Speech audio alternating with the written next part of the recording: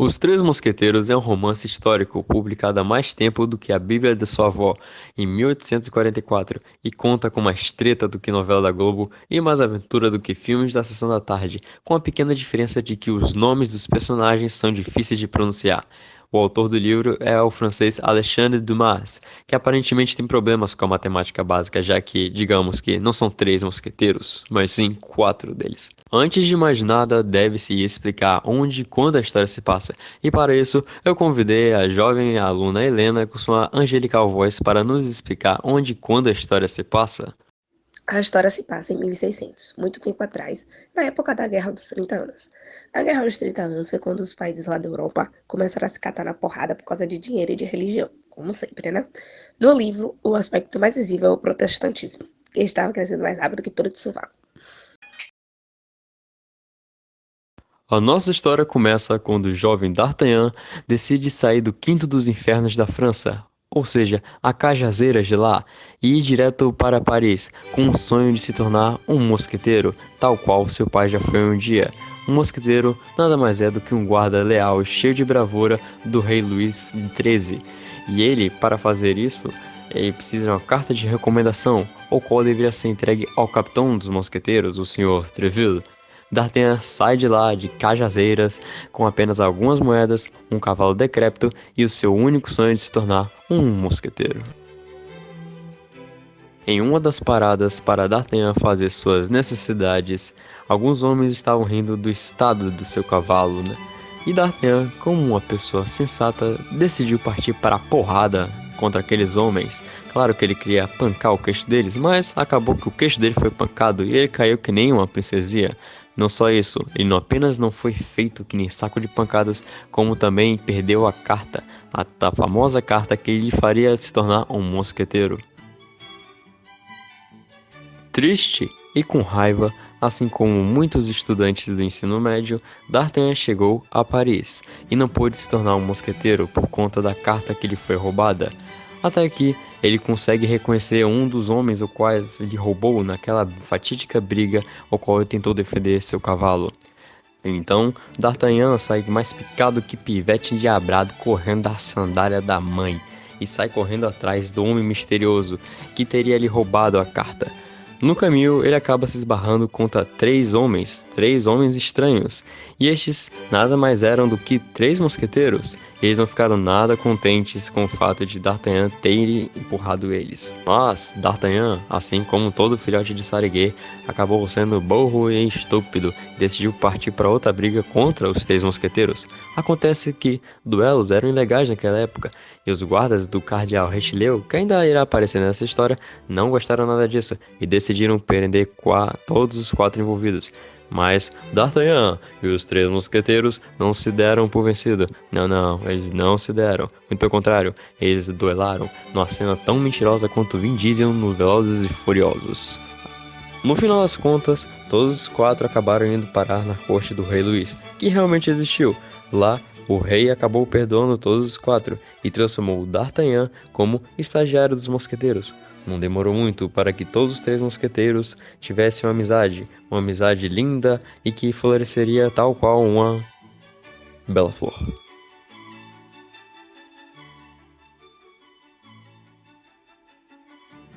Os três mosqueteiros nada mais eram do que Athos, sim, o nome dele é Athos, um homem que gosta muito de vinho e que tem um passado tenebroso com uma das personagens desse livro.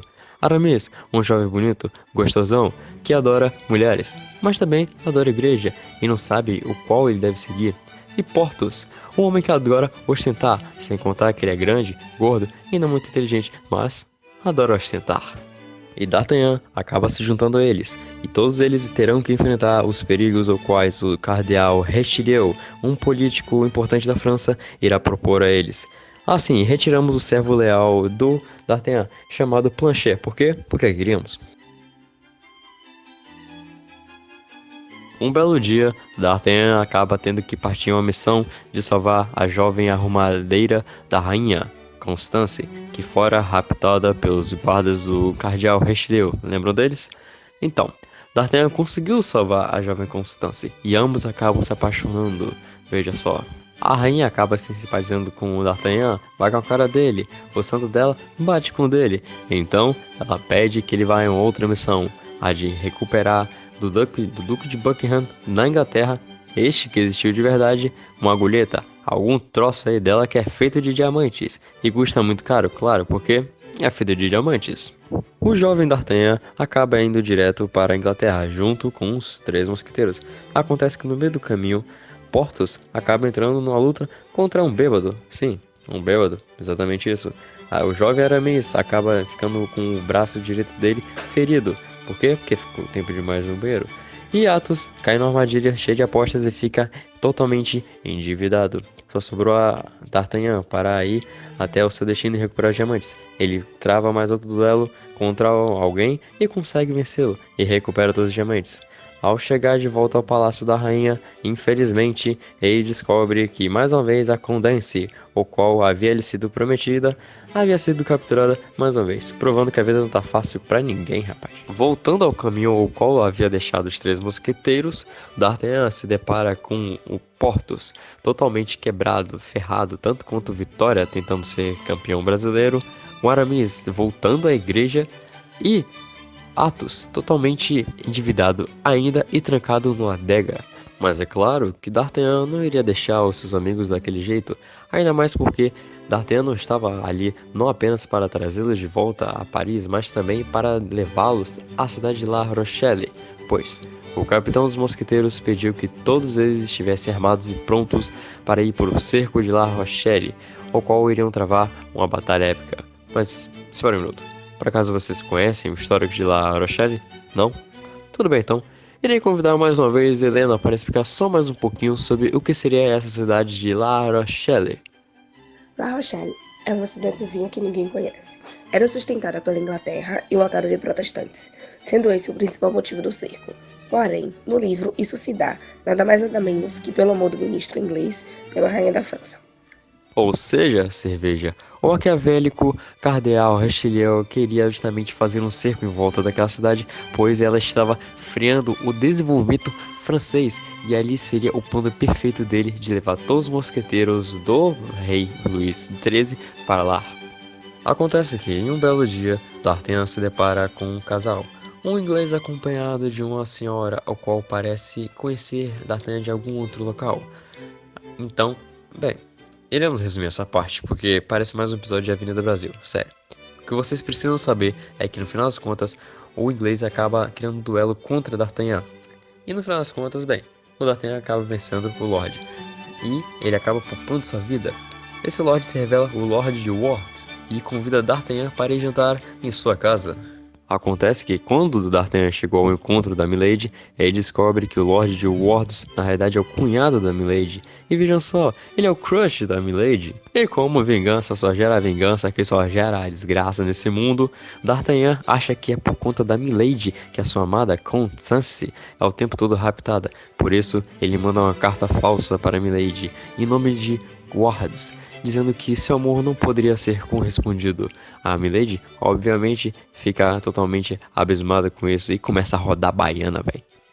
E claro, como qualquer pessoa que é ignorada pelo crush, a Milady manda D'Artagnan matar o Conde de Wards, basicamente, né? Só que o D'Artagnan recusa fazer isso. A Milady então começa a brigar, e eles começam a brigar e tem uma cena muito complicada deles brigando, né? Eu vou resumir isso. Ela basicamente pede uma parte da roupa e acaba revelando que ela tem uma marca ali de queimadura. Isso é um segredo que ninguém podia saber.